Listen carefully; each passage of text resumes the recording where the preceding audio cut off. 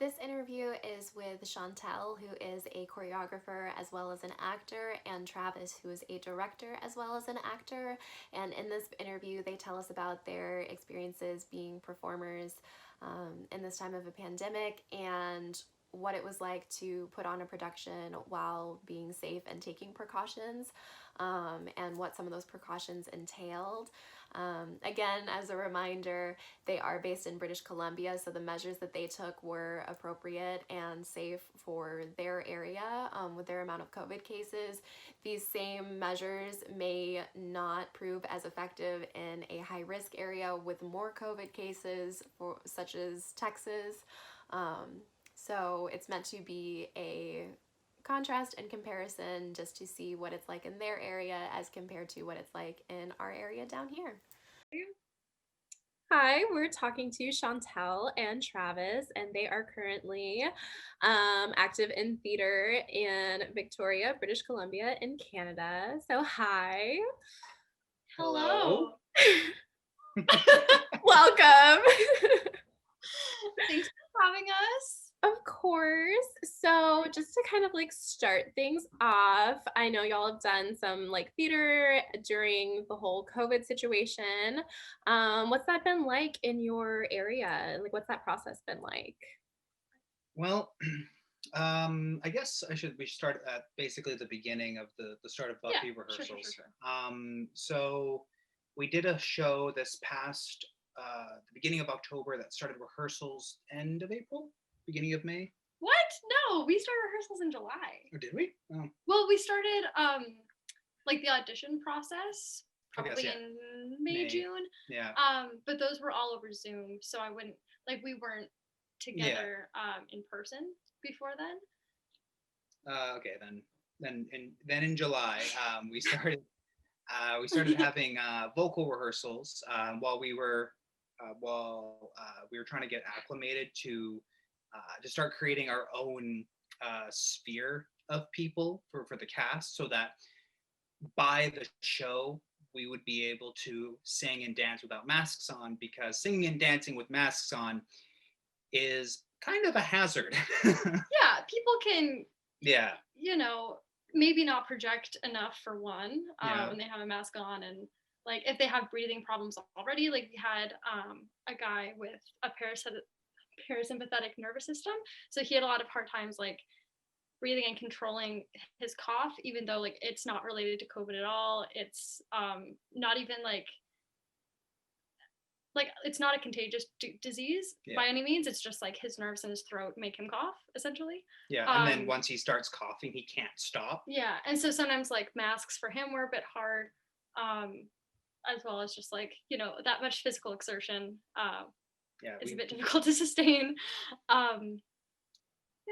So we started during vocal rehearsals being 6 feet apart when we weren't wearing masks, and then when we were closer, obviously we put the masks on and practice stuff then.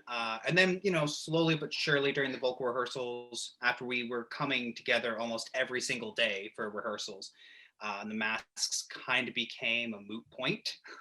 Right? Because like no one else was going anywhere else but like their home and rehearsal. Yeah. So, we'd see each other till like 10 p.m. at night and then come back at like noon the next day. It's like there's not a lot of time in between then to be exposed by a lot of people. Also on our island, because we live on an island called Victoria. It's called Vancouver Island, but we live in Victoria, like the southern tip. And we have not had really, like, compared to other places in the world, like any COVID cases. What he knows the numbers. I mean, earlier in the year, like around July, when they really started. I mean, they started keeping track in March, and the cases were pretty huge, as with everybody in the world. But as more restrictions got put down, and essentially what we called phase 1 was essentially a lockdown. A lot of businesses were closed. Yeah. You weren't really allowed out of your house. You were obviously, if you need to go get groceries, you need to go do something, but they were very much recommending stay home. and only go out if absolutely necessary. Right. Yeah, and so with that, luckily for us, that was about around the time when we were doing auditions, and so we were able to do auditions over Zoom, which it's not ideal. Like, it's not great because sometimes the camera would cut out, and so we'd only hear half of their song, and or half of their monologue, and we're like, Yeah. well, like the beginning and end were good, so Yeah. like I'm sure the middle part was fine. was good. Um, The rest of it. Yeah, and so our numbers are pretty low, and even into July and August, we were probably only averaging maybe 2 or 3 a week kind Yeah. of deal, like not even sometimes. Like for the whole island as For the well, whole island, not just like our not just city. Victoria or the South Island, the whole island was averaging maybe 2 or 3 a week. Okay. So very, very little cases, very few cases. And they even started ramping up testing, because in the beginning, testing was very limited. You only got tested. I mean, even Chantel's dad, who had symptoms in March Yeah. that were basically the COVID checklist, he didn't get a test. Yeah, because there was no like real evidence that he had come in contact with anyone who had COVID. Yeah. So they're like, well, as long as you quarantine yourself at home and you're quarantined from everyone else in the house, because he was like in his own like separate space essentially. Mhm. And none of us got sick either, so we were lucky for that. But yeah, like he didn't get tested because there was no clear line between him and another person who had COVID, and so that's like how it was in the beginning.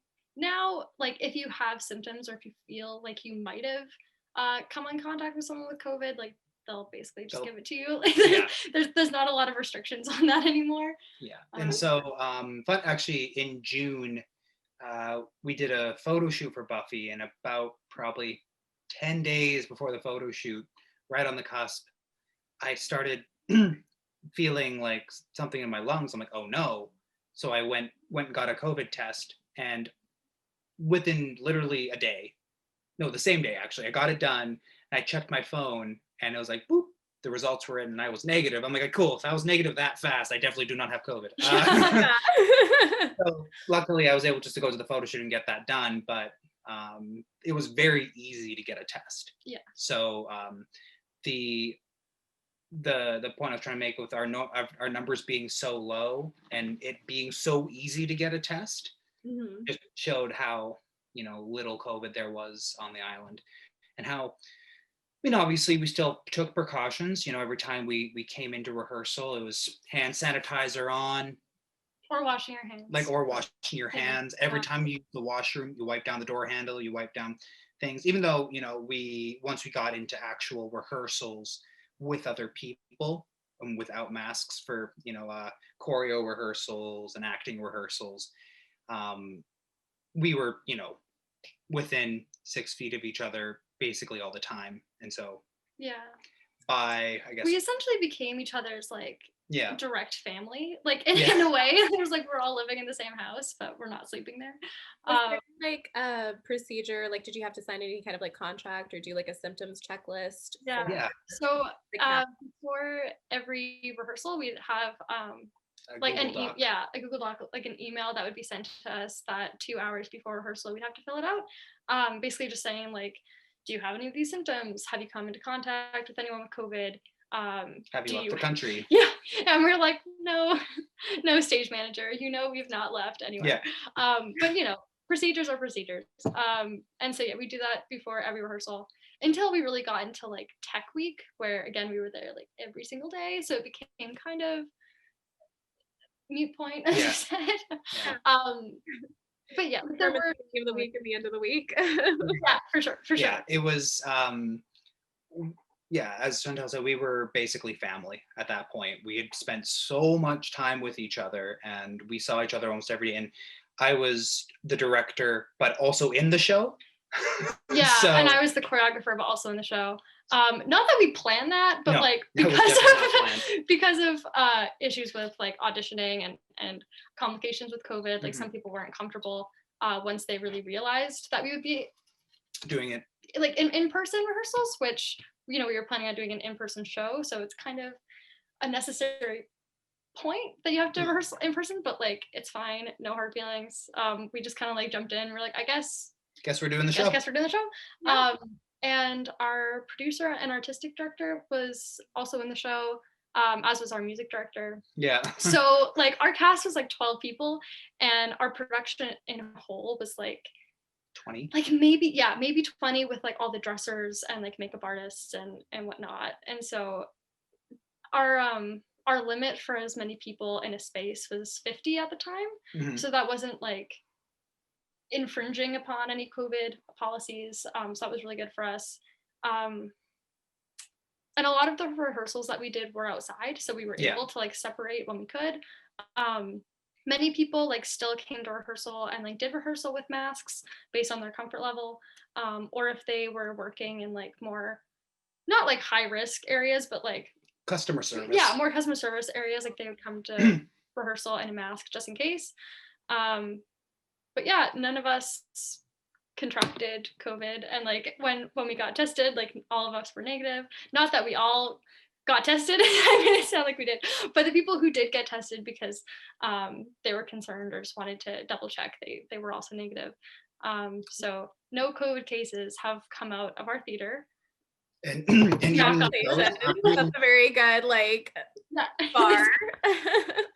yeah, even when we did the shows, there was even precautions at the show itself. So from the audience's perspective, you would you only could buy your tickets online, no tickets at the door at all. Tickets were, you know, they were being stopped, selling. I don't know, English escapes me sometimes. Couldn't buy them about an hour before the show, so that's when they'd cut off ticket sales.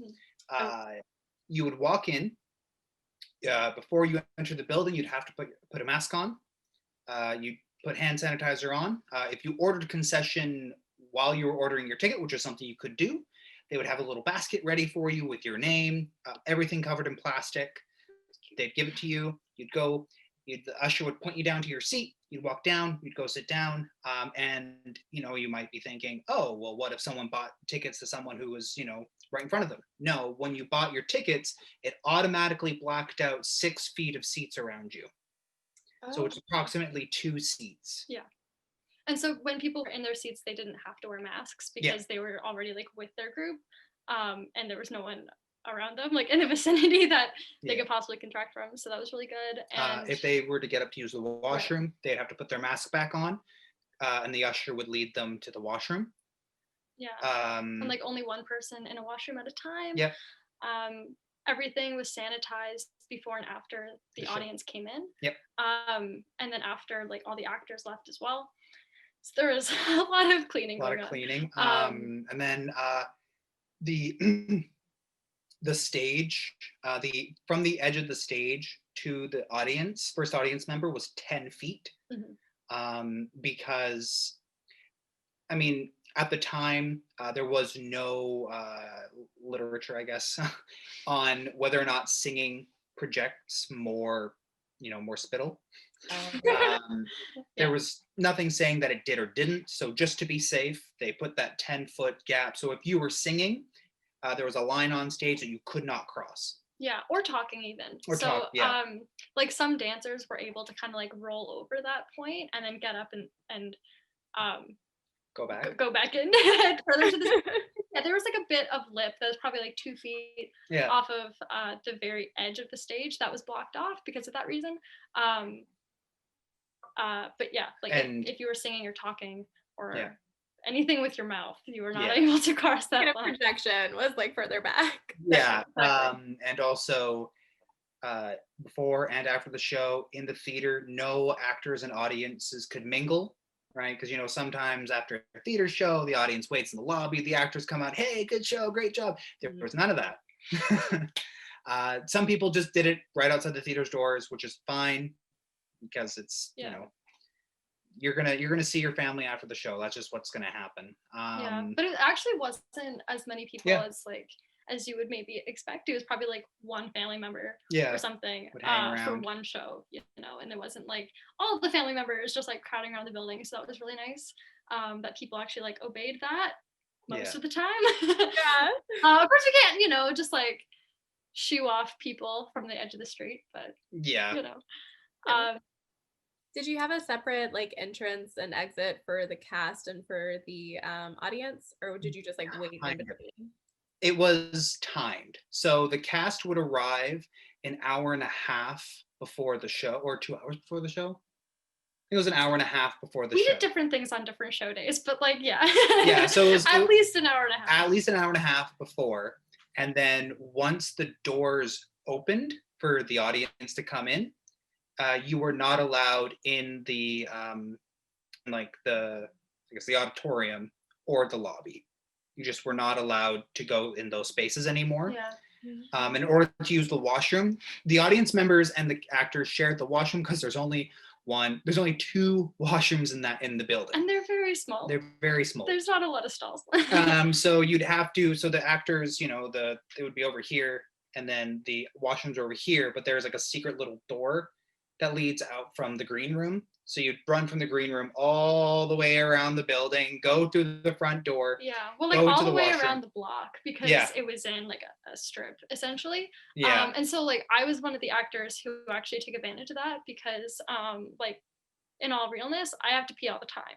So yeah, like while like scenes were going on, I was like, okay, like and because it was pretty dark out and Yeah. like a little bit sketchy, I would always get like one of the cast members to come with me and we would like run around the building and go in and use the washroom. But And then same procedure, once you use the washroom, there's Lysol wipes Yeah. that were available. You wipe down the tap, you wipe down the door handle, wipe down the toilet handle. totally. So Get all your steps in the process. Yeah. exactly. Yeah. It's really good, like Exercise. I don't know, energy pumping. Cardio. Yeah, so that was basically our whole I want to say there was a bunch of stuff like during the rehearsals that our costumes manager Yeah, that's a good thing to bring up. that she did. So every costume was kept in its own personal plastic bag that she would sanitize her hands to hand to the actors who would sanitize their hands. The actors would remove the plastic, put the costume on. They would come out. She'd look at them, picture. They'd go back in. They'd take off the costume, put the plastic back on the costume, then hand it back to her. She Just- always put the plastic on and off for me, but maybe that Okay. was just a me thing. I don't know. But she would. But Maybe I was just special. the point was she Yeah. wasn't handling the costumes. Yeah.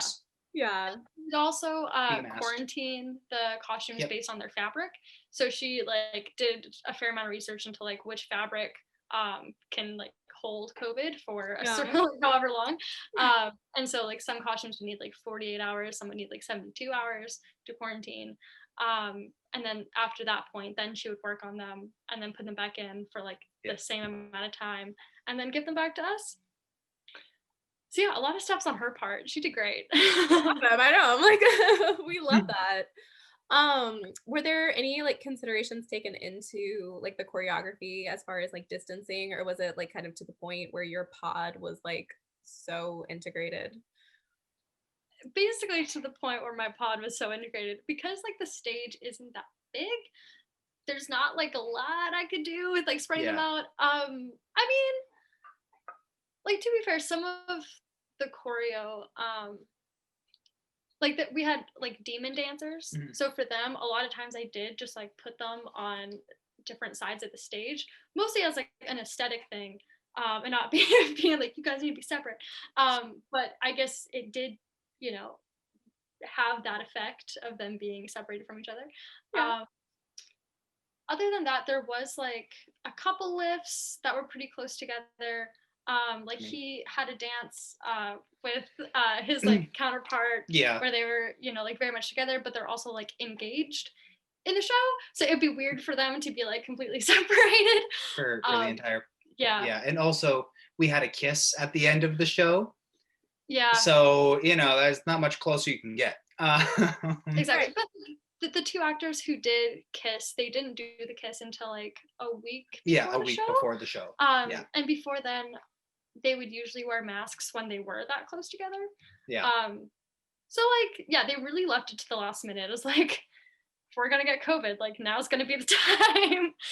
And In a way, you know, it's like, okay, like it's all or nothing at this point when we're a week from show. but also, you know, we were very vigilant with all of our, you know, if any of us had any symptoms Yeah. at any point of time, we were telling people right away.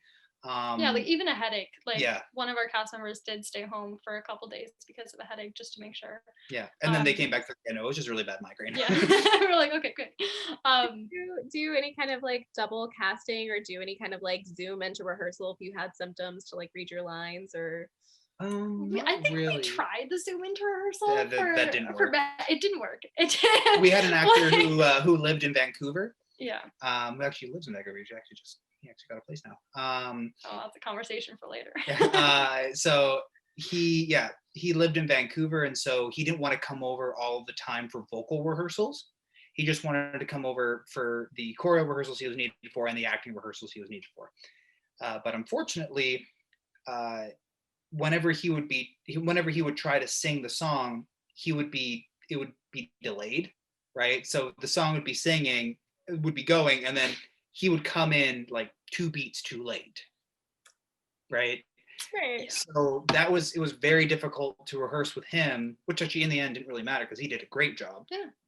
He did a great job. But yeah, so that was that was really hard. And so it's either as we learned, because actually beforehand we were doing fun play readings with the company over Zoom. You either are all on Zoom during the rehearsal or no one's on Zoom during the rehearsal.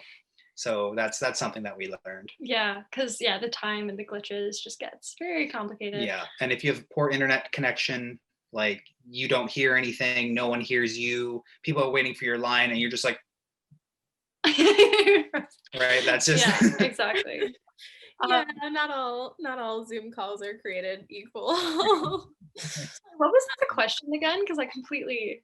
Oh no, you're good. Just like, how did you handle when you had to have like an actor out? Did you have like double cast in case like, got right.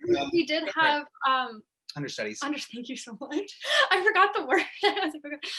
We had understudies for like basically all the primary characters. And so like in the worst case scenario, we would have no background dancers, which is like a big part of the show, and so I was really nervous that we'd have to use them all. Like I was the understudy for him and his like love interest in the show, which I found really funny because I was like, wow, okay. But luckily we didn't have to use any of them. Actually, you were the understudy for a part. You were the understudy for Dawn. Oh, yeah. And that's why you ended up playing Dawn. Yeah. So I wasn't supposed to be in the show. And then things happened and I went, of course I can play a 15-year-old girl. Right, absolutely. Why wouldn't I be able to? I'm an adult. That's fine. Well, that was the actress that didn't realize that it was going to be in person. Correct? Yeah, exactly. Yeah. And her mom had some health complications, so we were like, fair enough. Like, do your thing. Did you stream the performances anywhere? Mm-hmm. We sure did. We live streamed every show that we did. We did technically 7 shows. I don't think there was a live stream for the first one because it was technically our preview show. Yeah. But we live streamed all of them. And they could buy tickets like as long as it was an hour before the live stream, just so they could like make sure everything was set up okay. There was some technical difficulties in the first run. Yeah, the first 3 shows. Yeah, because like the theater's bandwidth wasn't strong enough to really like hold that. Yeah. Support that. So in the second week they got upgraded and then everything was smooth running. Yeah, I heard the stream was a lot better. Got it. What software did you use to stream with? Was it through? Was it from Zoom? I think it was from Zoom. I want to say it was from Zoom. I want to say it was Zoom because I remember them talking about Zoom links. Right. So. Yeah. It was definitely Zoom. That's valid. we like again like we weren't in charge of that. You know, we heard like side things and we're like, cool. I'm sure that'll work out great. And then when it didn't, we were like, why didn't it work out great? Cool, what are we doing? Unfortunately, all the people that bought tickets to the first stream that went really poorly, we were like, oh, sorry, that sucked. Well, here's tickets to the next stream. Hopefully it won't suck. And then it didn't suck. So. Yeah. all works out. And I guess that's like a cool like kind of advantage too, because then you can like sell tickets to people that like aren't even in the same country. Mhm. Exactly. Actors are from our past productions. So Yeah. like and there was like a Pod is like still together. And the directors that are in, because Right. it's directed, like each little musical is directed by someone different, or some people are directing more than one. Like I'm directing two of like the mini shows, as I like to call them. So we have two other directors who are not part of the little bubble or little pod. So whenever they come to rehearsal, they're in masks. Yeah. And as an actor, as someone who's a part of the pod, it's up to you whether or not you feel comfortable wearing a mask, or if you want to wear a mask. But since actually in all of my scenes, I only work with people that are in the pods. I don't wear Yeah. the mask because we're already in a Exactly. tight knit little pod. And there's only 2 weeks in between like the final show of Buffy and the first rehearsal of this production. Yeah. Whereas like most of us are also like in school and stuff. So like we were just at home the whole time because all of our schooling is online as well. And so we don't go anywhere. Yeah. We love that. Are my eyes deteriorating from looking at a screen? Maybe. But that's, it's another problem. It's another issue. But our lungs are intact and that's what matters. Exactly. I'm alive. So like we're rolling. There's trade-offs. Exactly. Oh yeah, this production's only we only rehearse for like 3 weeks and then we perform for one show. So like it's super quick, super fast. So like I feel bad for the actors having to learn everything. Yeah, it's so a little quickly. hectic, honestly. Yeah. But then honestly, like because it's so short, we have rehearsals like every day. And so again, like there's not a lot of time to do anything else. Yeah. There's not a lot of room for people to slip up and like go out. Yeah. Or like go travel to the prairies and like cough on people and then come back. There's not a lot of time to do that. Not really an option. Yeah, because there is no time to do that. No. I was thinking to go maybe right here. No, we really have no time to travel, no time to do anything. Yeah. So we do keep in our own little pods. Yeah. And also like before each show, all of the like crew members and cast members have to sign a contract. Like before we already had contracts for actors and crew members based on like what they're doing in the show and like how much of an honorarium like they're expected to get, or like what their expectations are. You can't just like not show up and not tell us about it. And you are responsible and like a normal cast contract, like you're liable. Yeah, you have your liable, like we're dependent on you, you're dependent on us, etc. But during COVID, there was a section saying like, you're responsible for your own health, you're responsible for keeping our health intact as well. So like the actions that you do affect us, and so like you need to make sure that you're safe. Yeah, and like you're being smart in all of this, and you're like running around licking doorknobs, as you like to say. So, is there any kind of set safety standards or like set organization that you could go to kind of like clear your protocols with before the production? Yeah. So our I guess she's really like the producer, the artistic director, the maker of the company. Totally. She's also like an actor in most of the productions. She went to the Greater Victoria Health Authority, right? So the people. The Authority of Health. The Authority of in Victoria. And she's like, okay, well, we want to do this. What do we have to do in order to have a rehearsal, in order to put on this show? Like, what are the steps we have to take? Because, we really want to do this. And they're like, okay, well, here are the guidelines. And she's like, okay, I'm going to do all of them plus 3 things. Yeah. So like we did even more than we were supposed to when it came to having safe rehearsals. Just to really make sure. Yeah. Oh, yeah. Yeah, and like because we were sometimes worried that like neighbors would come over and be like, oh, well, this is during a pandemic. Why are all of you people together and being loud? And singing, causing a ruckus, as they would say. And so we would be able to like point them in the direction of the Greater Victoria Health Authority and be like, okay, like we have been cleared by this organization. Everything we're doing is according to their policies. Like we're not breaking any laws here. They do know about it. So and something that was instituted in restaurants and some businesses, but it was mostly just like restaurants and like food safety places and they're still doing it now. Whenever you go eat somewhere, they take your name and your phone number. Oh, okay. So they can Yeah. do contact tracing. yeah, you get exactly. Yeah. So that's also what we had too, because we had a list of every cast member, every crew member. We had their phone number, and then we also had the contract we talked about earlier, the form that we'd fill out every day before rehearsal. Yeah. Oh yeah, with like your symptom checklist. Yeah. Like Yeah. So that was attached to everybody. So we had a record of every time you wrote that contract. We had your phone number, we had your name, we had, if anything were to happen, we could contact everyone, send out an email to everyone right away, and nip it in the bud. Totally. That's good. Yeah. I wish it had like time and date stamp, because then you can go back and like review the records. Yeah, no, there's a lot of steps we took, and some people might think it's too far, but you can never be too safe. Yeah. Right? Yeah, You can absolutely. be safe enough, but you can never be too safe. Totally. Yeah. And like for rehearsals and for the shows, the company also like supplied masks just in case anyone didn't have one or like wanted one and forgot it at home or whatever. Yeah. So like for the actors we had them, and then they're also like the washable ones because they're the cloth ones.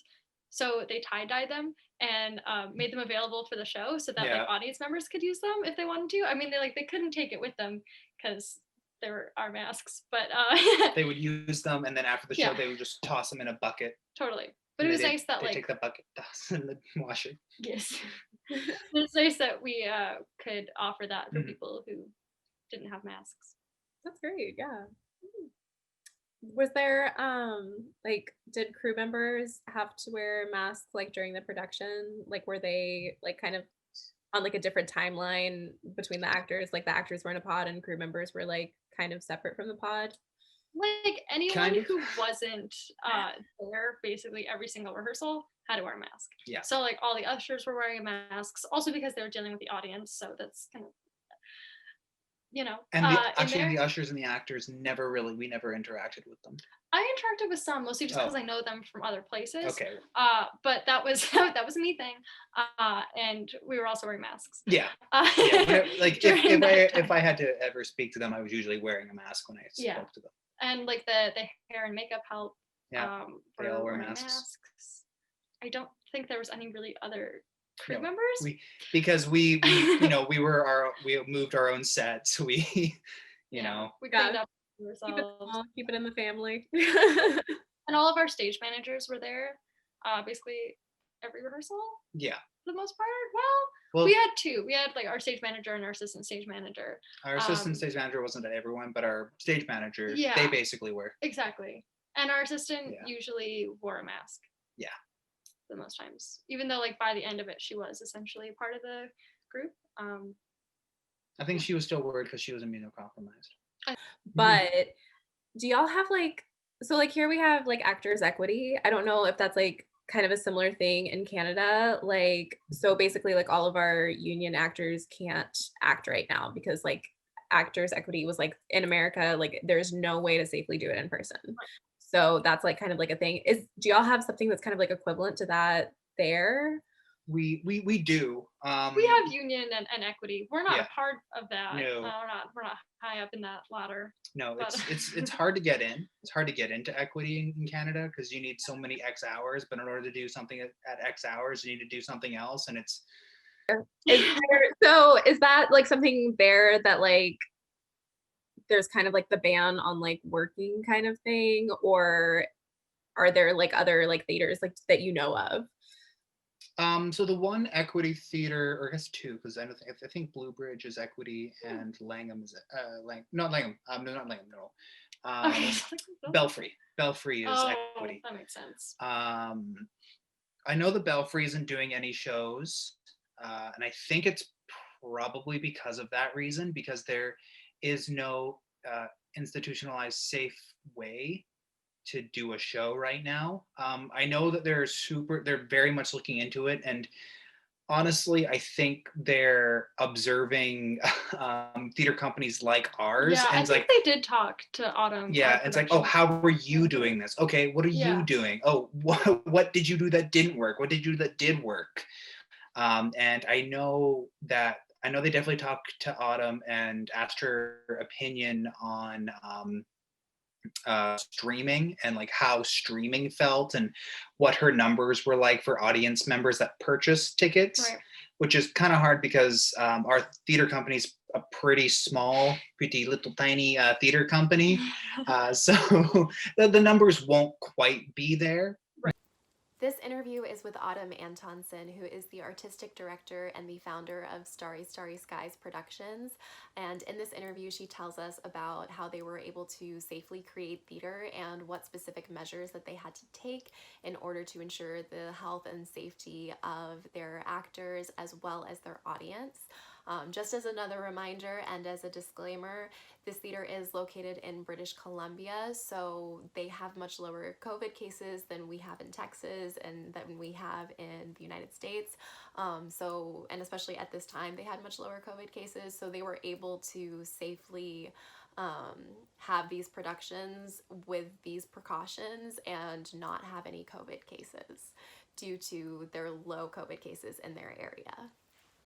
So at the beginning of the lockdown for BC, Starry Starry Skies had the big question of wondering if we should be continuing like other theater companies and just having a break, or if we should start up again, and if so, in what capacity. As we're a not-for-profit, we were really thinking about, well, personally, I was like, hey, I'd love to have a bit of a break and just have some time for myself. I was also like, no, it's more important right now to,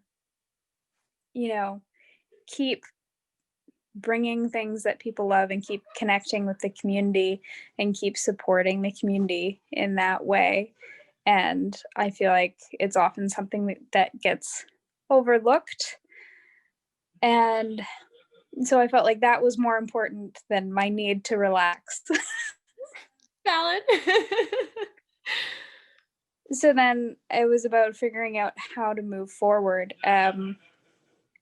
We started off by just kind of getting into our, Zoom auditions for a show, and everyone who was offered part had the option to say, hey, I'm okay with this, I'm not okay with this. And if they weren't okay with it, then they wouldn't be in the cast. They didn't get very far because pretty much what they were signing up for was about a 3-month-long process of slowly integrating the whole cast into each other's bubbles so we wouldn't have to socially distance on stage. It's a process. Yeah. So when we started, there were people over Zoom for our singing rehearsals, or if they came in person, people had to be socially distant. Lots of hand sanitizer, lots of wiping surfaces, as well as at that point in time, we were operating some of the rehearsals from where I was living at the time. So that meant that if someone went to the bathroom, like if they used the bathroom, they had to like grab a little like 1-pack sterilized alcohol wipe and wipe everything down that they touch. So they'd go from like, the things that are less germy necessarily, like the door handles and the light switch and the faucet, to then they go to, the the flush and the toilet seat. And, Like, it was quite a process. And we started with masks, and then as we moved on, into we had 3 weeks of singing, and then we moved into 3 weeks of choreography. And at that point in time, we were doing everything outside, and it was the summer, so that was a little bit easier to do it outside. And also, we had a thing that was always in place that, if anyone was asthmatic, that we wouldn't require them to wear a mask, especially during the choreography section, because we're just asking for something to go wrong there. Right. It's like, no, let's not give you an attack. Great.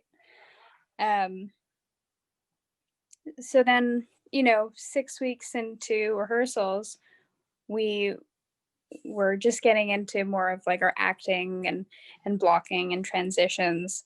And that's when we actually really started phasing out the masks. But it definitely took a lot of time. And, aside from, I can say that aside from the people that I live with, or, seeing my mom, my social circle is the cast and was the cast, because I didn't have anybody else in my social circle because I was doing that. And I think that was the case for a lot of people, is that who are in the cast, is that, okay, well, if I'm doing this, I'm not gonna see these people.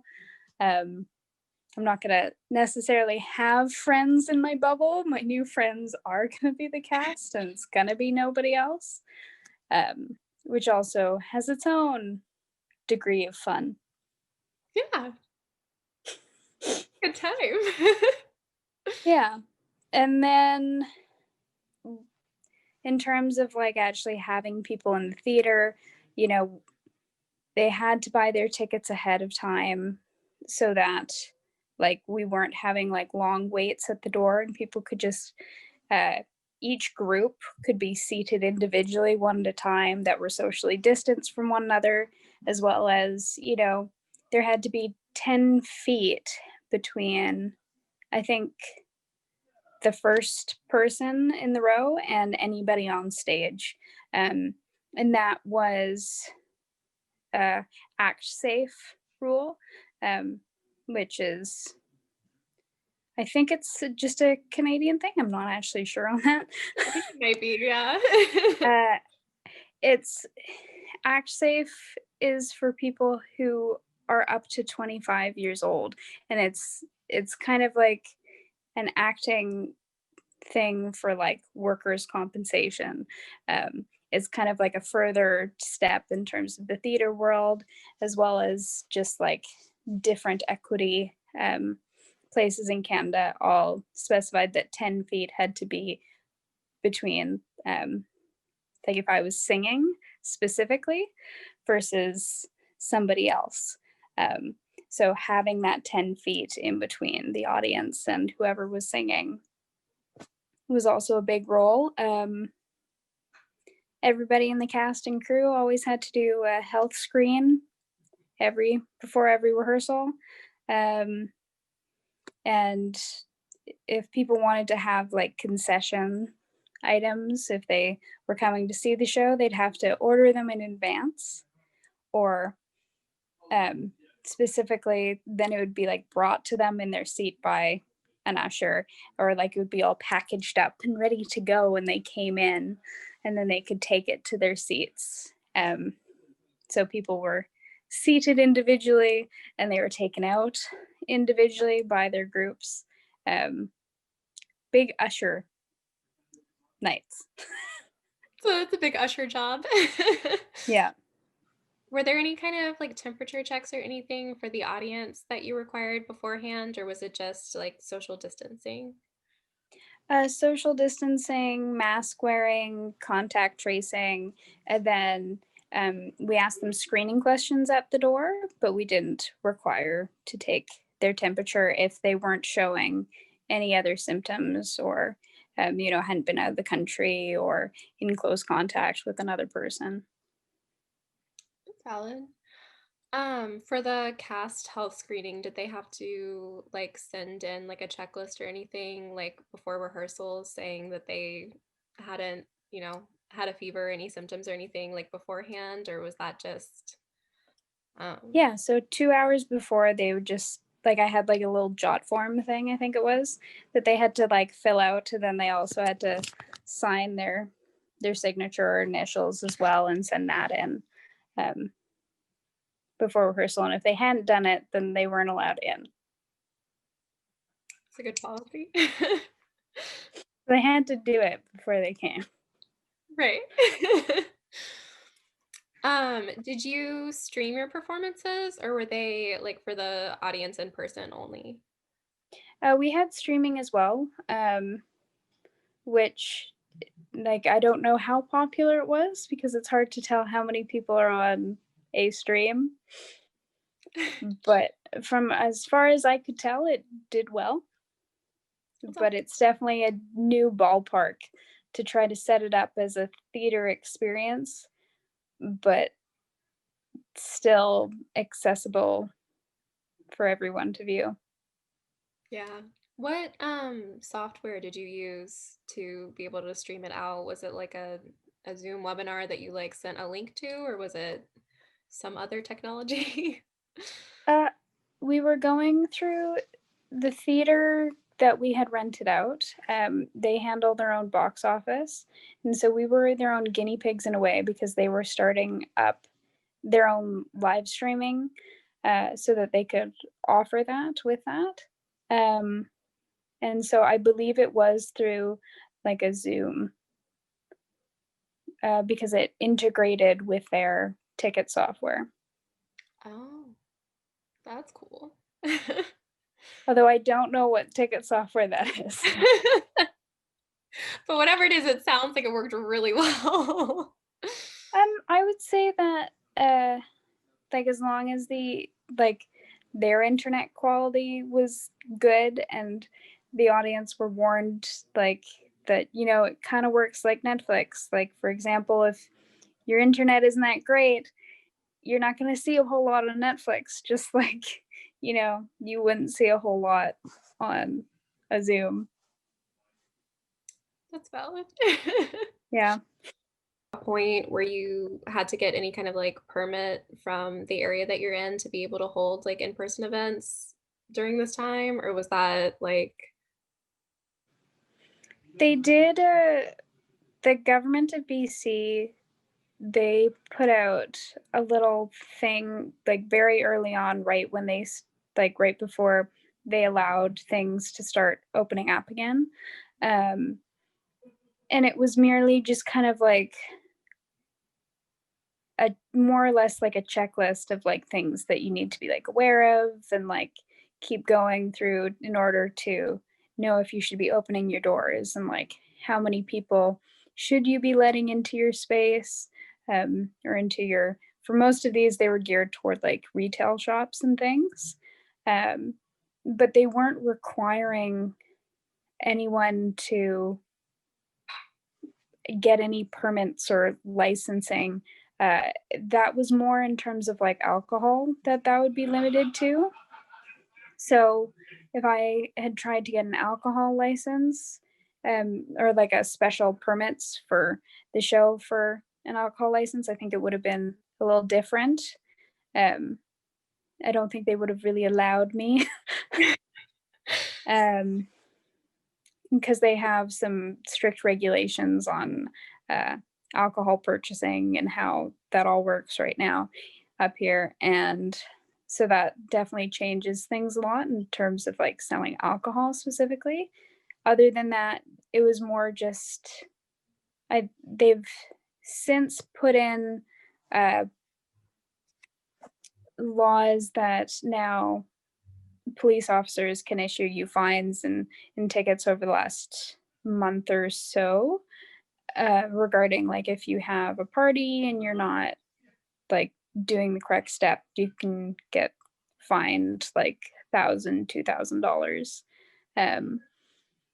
Or like if you're basically just, have public around and you're not taking the appropriate steps, someone can call a police station just like they would, calling on their neighbors for being too loud, and making a noise complaint. They can do the same thing with like, hey, I don't think my neighbors are being safe. I don't think this place is being safe, and they would go and issue them fines. That makes sense. Yeah, we haven't run into that, thank goodness. That's good. That We means must be doing the right thing. doing things right. Yeah. We did have a fire alarm go off on us on our last show of our Buffy parody, and the firefighters came in, they checked everything out, it was all fine, they left, and I think one of the firefighters was like, oh yeah, you guys are doing good on your COVID protocols, have a good night. And it was like, oh great, thanks. Firefighter approved. Great, this is awesome. It's a great night for us. Yeah. That's fun. That's really funny. Was there anything like specified? Did y'all have like cast contracts for like basically like specifying that anybody who was in the cast was gonna have to like stay within like your pod, or was that just kind of like a, I guess, like verbal agreement of like, if you do the show, don't go to parties? It was in the contract, like it wasn't specifically like stated out like you're not allowed to go to parties or this or that. It was more stated as a general, like, you need to be aware of your own health and safety and what your actions outside of rehearsals and how it might impact other people's health and safety based on your decisions and actions. I think that's how it ended up being phrased. It was more like, we're trusting you to be responsible. If we don't think you're being responsible, then we'll make the decision for you. Valid. Did y'all require any kind of like COVID test, like a negative COVID test, like before somebody could join the cast, or do y'all have like pretty low cases and like testing wasn't necessarily like a thing at that point? I would say like in contrast or in comparison to the United States, are like, especially here on Vancouver Island, we're pretty darn low. But that being said, also our provincial health administrator, I think I might not be saying that right. I don't think I'm getting that title right, but her name is Bonnie Henry, and she decided for the province of BC that unless you were showing symptoms, you are not allowed to take a COVID test because, maybe it's just free healthcare, but people get paranoid. They wake up, they have a headache, and they think, hey, I could just be overtired today, or I could have COVID. I'm going to go get tested today. So unless you had symptoms, they weren't allowing you to actually get screened for COVID. So I think in total, like maybe 2 people got a cold of some sort, and they were tested and they were negative, but they still didn't come around until all their symptoms went away, just to be extra cautious. Good. Love that policy. Did y'all double cast or have understudies just in case somebody did like, have some kind of symptoms and they needed to stay home for like a rehearsal or performance? Yeah, so we did we never had to use any of our understudies. Yay! Yay! Congratulations.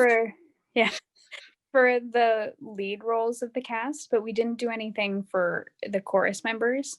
I think we just figured, okay, we'll just figure it out.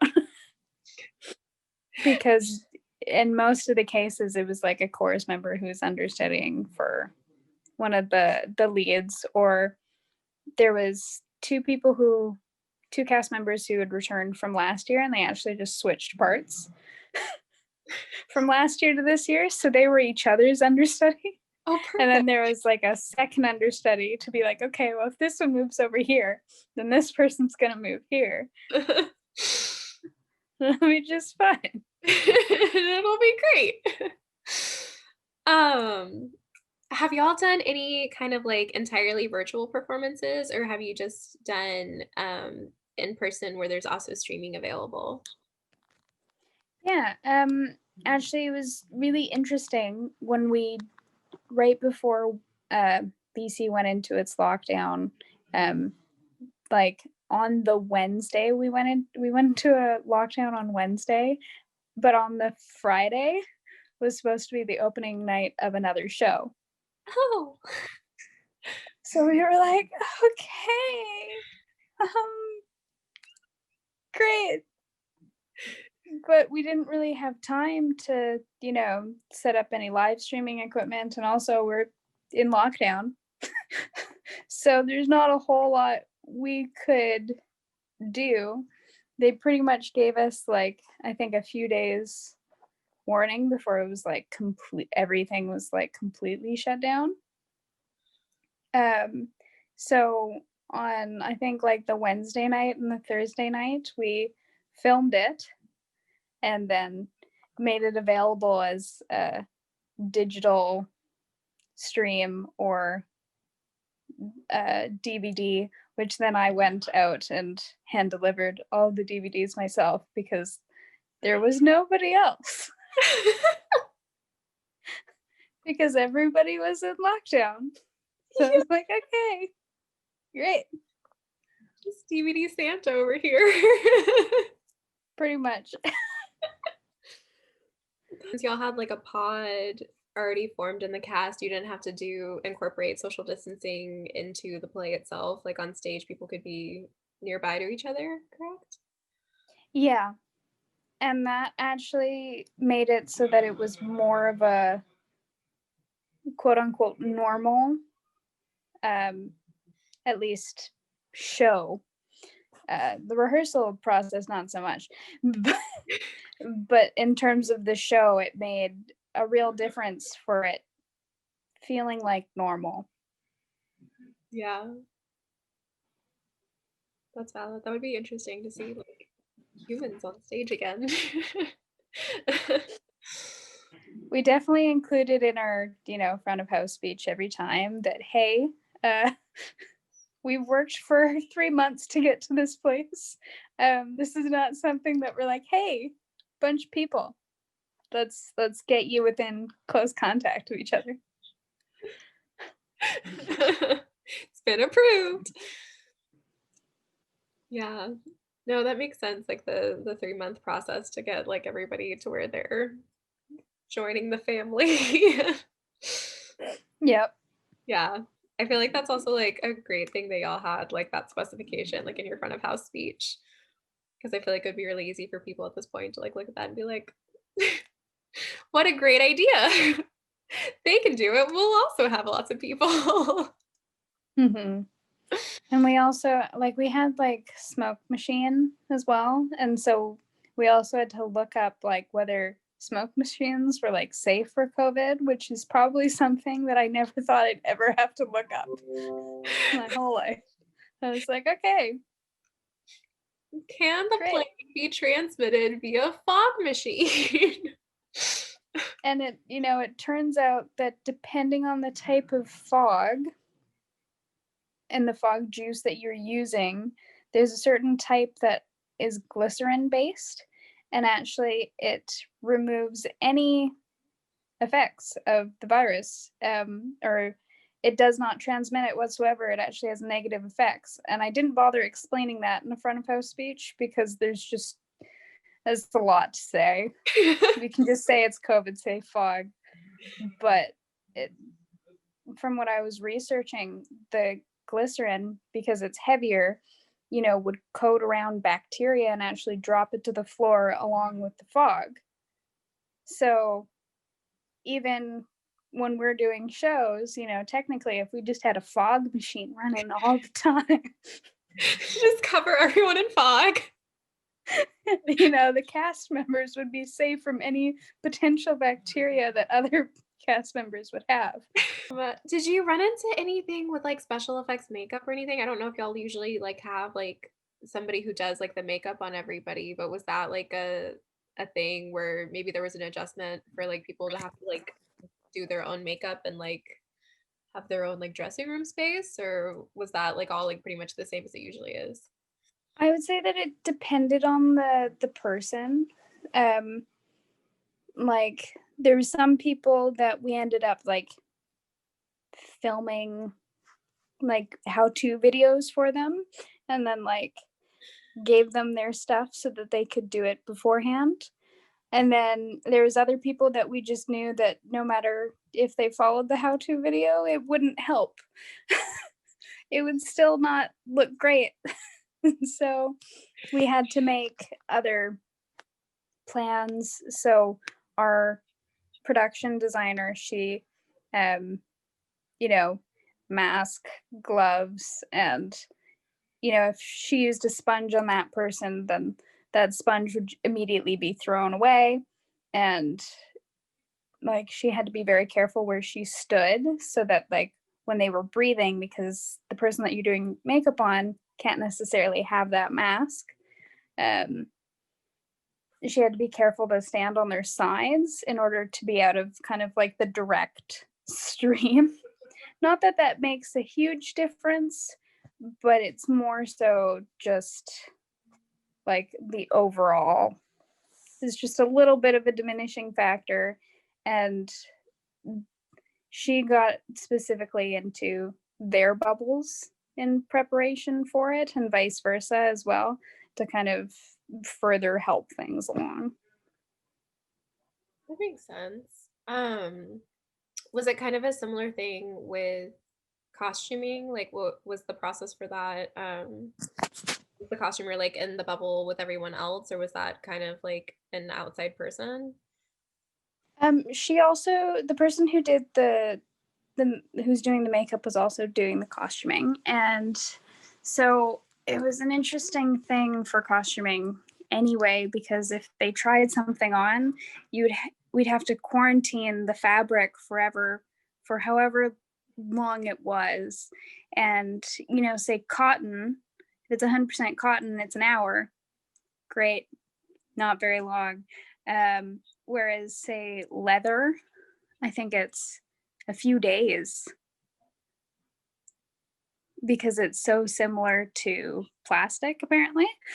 It's like great. On a molecular level. And anything that was like stretchy or like workouty was also similar, because they have the small plastic threading in it that makes it stretchy. So that also had to be quarantined for the same amount of time. And then if it was worn together, then the whole outfit has to be quarantined for the whole few days. But if we're in shows where they're wearing them frequently, from one day to the next, then nothing necessarily has to happen to it unless it's dirty, which in that case it would just be washed, and then the washing machine would have to be sanitized after, just to be safe. Just a couple of added steps.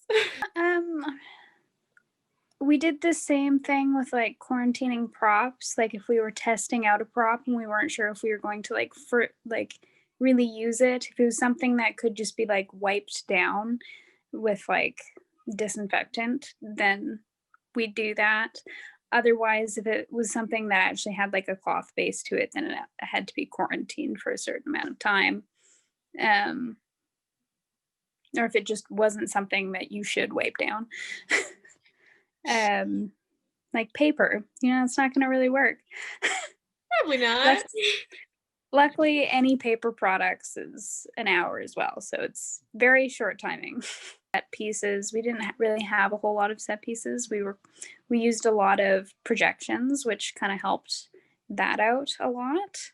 But if we did have like any set pieces that we did have would get wiped in between shows or and things like that, just to make sure that it was all safe.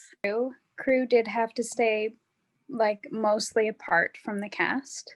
They had to be socially distant. They had to wear masks. And unless, you know, they were in the booth together, in which case they'd just be like really careful. And the two people in the booth were the theater employees, so they were already in each other's bubbles anyway, but they were still safe and, you know, still wore the masks and all that. As the stage management team and our who stayed completely separate to the cast and was always socially distant. Smart. Did y'all have like any specific precautions in place like backstage for stage managers to like be like in a certain area and for cast to be in a certain area? And like were there different like entrances and like exits and everything? Like was there a set like plan in place for that? Yeah, so like for example, if the cast were like going off and there'd have to just be extra allotted time to do any transitions that any of the ASM was helping with, and the backstage hand was helping with. And also we tried for the most part to say, okay, well, if they're leaving off this way, then they're going to have to come on this way in order to avoid those people. So it was mostly just about like planning it appropriately, or, you know, allowing for more times for more time during the transition for them to be apart. Yeah, like it definitely has taken some work, and you know,